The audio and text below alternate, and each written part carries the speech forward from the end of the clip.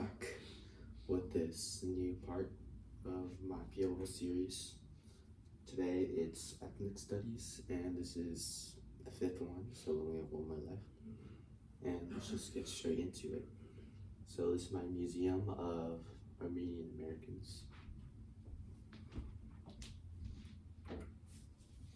So this is my introduction, and the prompt I chose was what were the obstacles my community had faced and how have they found connections to overcome them. The purpose of my museum is to educate more people on Armenian people because they are often neglected ethnic group coming from the Middle East, which is an area between Europe and Asia. My thesis is how Armenians have influenced the US and how they express their culture after the Armenian genocide.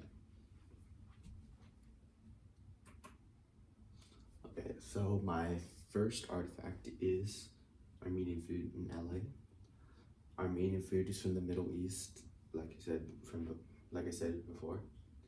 But when they came to America, it wasn't as established yet, so they needed to find a way to adapt to the new environment they were in. So this is how they created the Armenian Mexican burrito. They took an already established food in Mexican food and combined it with Armenian food. And they had things such as pastrama meat, hummus, pico de gallo, salsa, and lavash, a thin flatbread deriving from the Middle East. Since then, Armenian food has become a staple in Los Angeles and is one of the ways that Armenians still express their culture today.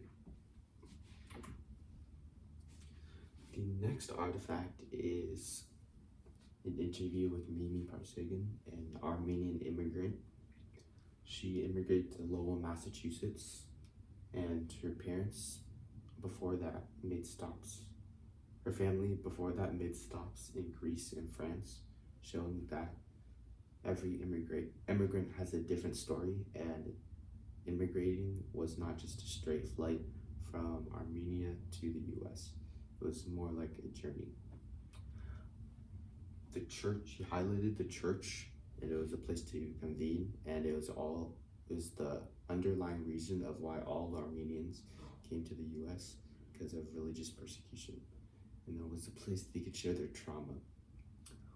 She also showed that international schools were a place where she could get used to the US culture and adapt, and also met other immigrant kids and shared stories, and that diverse population would make up the next generation of US citizens.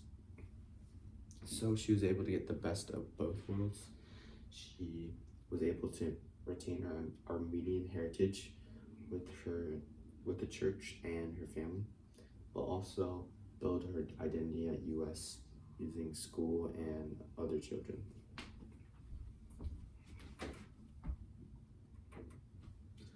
Alright, so the last artifact is this little Armenian mural, and it's about the recognition of the Armenian genocide until 2015. The Armenian genocide wasn't recognized until 2019, so this is why it depicts this girl chained up with the gag 1915 on her mouth, which is when the Armenian genocide happened.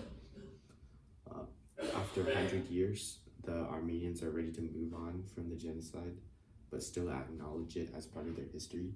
So it's why artists have made this mural.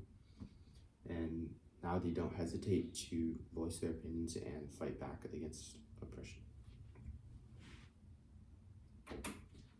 So this is my conclusion and reflection. So the most difficult part of this was trying to connect my reasoning to my thesis, because I kept using the same points, like the church, but now I found other ways to do it, like with their artisanal skills like dry cleaning and oriental rug making. And then the most interesting thing I learned was about Armenian cuisine and how they kept together despite the genocide, in like ways such as their culinary expertise, artisanal skills, and their religion.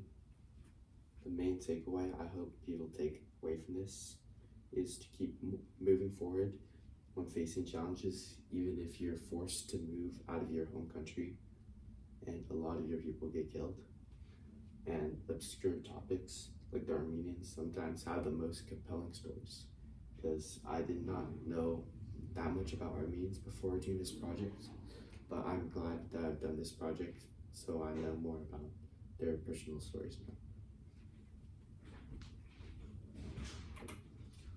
Alright, this is the question section like the other presentations. You guys can't give me questions, so this is the end of the presentation, and thank you for watching.